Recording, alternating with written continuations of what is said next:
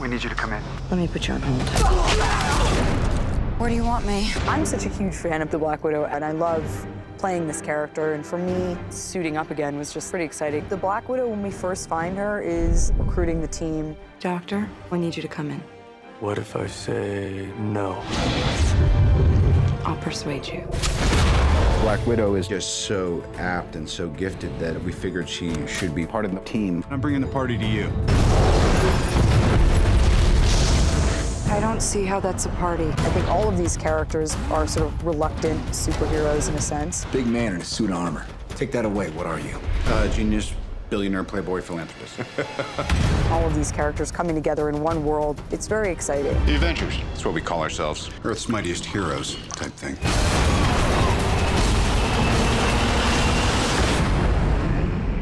I think what makes this film stand out is the grounded nature with which Joss has infused this film. In my mind, a throwback to what people loved in Iron Man, the original. It's everything that Joss loves about sci-fi, which is being able to escape in this otherworldly reality, but have it still be heartfelt and sincere.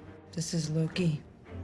This is monsters and magic and nothing we were ever trained. Jeremy, as an actor, I think, brings a wry, brooding, sarcastic, devil-may-care attitude to the character, and that's just part of his personality coming through. And that's what makes the casting so inspired, is that Jeremy has that kind of rogue quality, and that's what makes him so much fun to watch. The Black Widow, when we first find her, is she's, you know, being tasked. She is in Russia. She is you know, in the middle of taking care of business. And she is then sent for by Nick Fury, and I think all of these characters are sort of reluctant superheroes in a sense. She looks at it as just kind of another job. You know, she's basically out there kind of recruiting the team. And, you know, she doesn't know much about this world. Well, I think the first time that we saw this character, we didn't really know much about her. We never learned much about the Widow. She's really, you know, I think quite, she's a slippery fish in Iron Man 2. And, you know, we get little glimpses of her, you know, her true identity, but it all happens so quickly. To be able to play, you know, the Black Widow as she is without, you know, these many faces. I mean, she still has many different faces she puts on. I think she still is sort of divisive in that way, but we get to see a little bit more of who she is, a little bit of her history, of her kind of shady past. We definitely embrace the wushu a lot, and there's you know, a lot of weapons in this, way more, you know, kind of weaponry than I've ever had to learn before. So that's been complicated a little bit. You know, you're like, okay, I can do all this hand-to-hand stuff. Oh yeah, here's this giant staff, or, you know, a bow and arrow, or fight with these two guns in your hand, and you're like, wait a minute, I had all those movements down, and now I'm fighting against, you know, a 20-pound, like, giant stick. So that stuff is a little bit difficult to pick up. I have to say, the first time I saw what they had in mind, I was like, oh my God, I'm never gonna learn it. And you do, you know, it's just a lot of fails until you get it. Joss's dialogue is so witty and so dry and so clever, and I think he's really invested in each personality. And you can see the little, like, I'd call them like Whedonisms in the words. There's a lot of pop cultural references. And there's a lot of heart behind the characters. You know, they are, you know, when they hurt, they're hurt. We relate to them. There's betrayal. There's suspicion.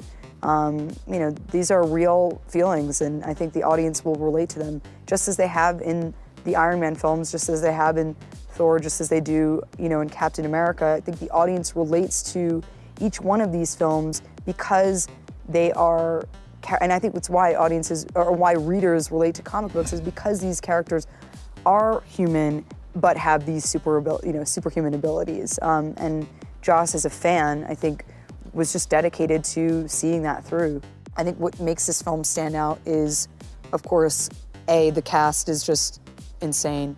You know, when do you ever get to see this group of actors come together in this kind of fantasy world? And I think it's the sort of the grounded nature with which this film, with which Joss has infused this film, that sort of is, I think, in my mind, a throwback to what people loved in Iron Man, the original, but it's with a kind of like sci-fi infusion in some way. It's everything that Joss loves about sci-fi, which is being able to escape in this sort of, you know, ultimate kind of otherworldly reality, but have it still be heartfelt and sincere. You know, if you asked Kristen out from statistics, she'd probably say yes. That's why I don't ask. Too shy or too scared? Too busy.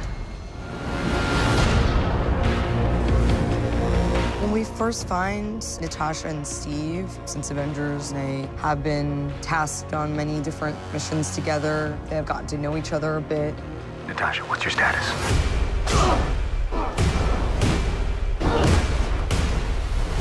And your room's secure. Cap and Black Widow are very different people. It's kind of like this odd pairing. She has very questionable morality, and she makes her living lying, and Cap couldn't do it if he tried.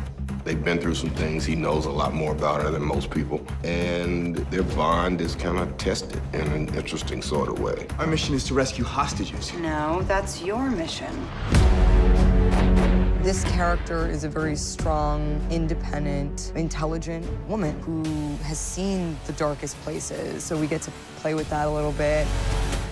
For me, just having done 3 films so far with Marvel, and also with this, you know, with the same stunt group, I know what the ins and outs are more. I feel way more comfortable fighting. I feel way more comfortable hanging 60 feet in the air. Scarlett and I have worked together quite a bit now. Her double is Heidi Moneymaker, who I hired and put them together on Iron Man 2, and she's doubled her ever since. She is truly one of the best stunt women in the world. Thank you to Heidi Moneymaker, who the 2 of us have now fused into one person. I think we try to push the envelope with each film, and there's already these kind of established moves that people recognize and are really into, so we get to play with that a little bit.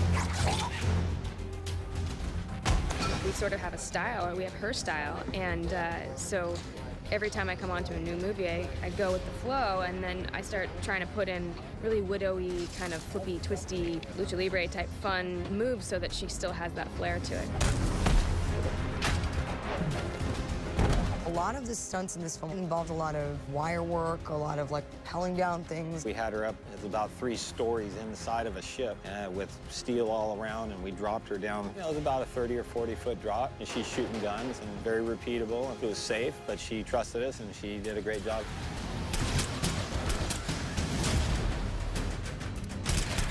The Russo brothers infuse this storyline with a film history that they bring to the set that I think is very unique. They're holding this film up to some pretty high standards. Well, when we first find Natasha and Steve, it's been, you know, it's kind of real time. So since Avengers, you know, whatever, it's been a couple years or so, and they have been tasked on many different missions together. They're kind of just doing their job. Business as usual. They've gotten to know each other a bit, you know, so they have a more of a conversation, easy conversation between them than in Avengers, and that's kind of where we find her. I think there is a much more kind of palpable bad guy here that people can kind of wrap their head around. It doesn't ask the audience to stretch their mind that far outside of home, and I think that is what will kind of draw the audience in and really connect them to this storyline.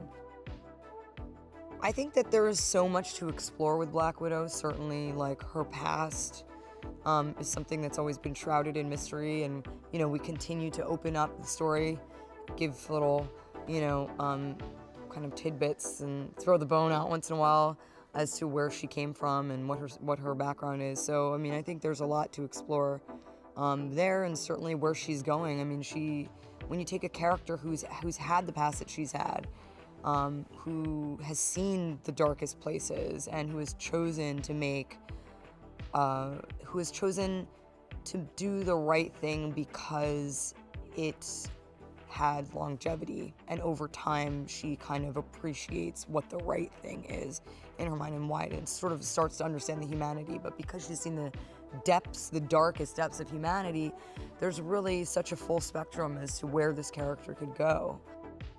And we know a lot about each other, and Chris is such an intelligent guy.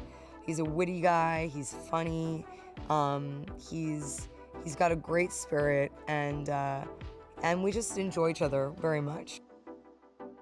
The Russo brothers were hired for their ability to kind of, I think, to infuse this storyline with, you know, a kind of contemporary, witty, quick, you know, sharp-tongued dialogue.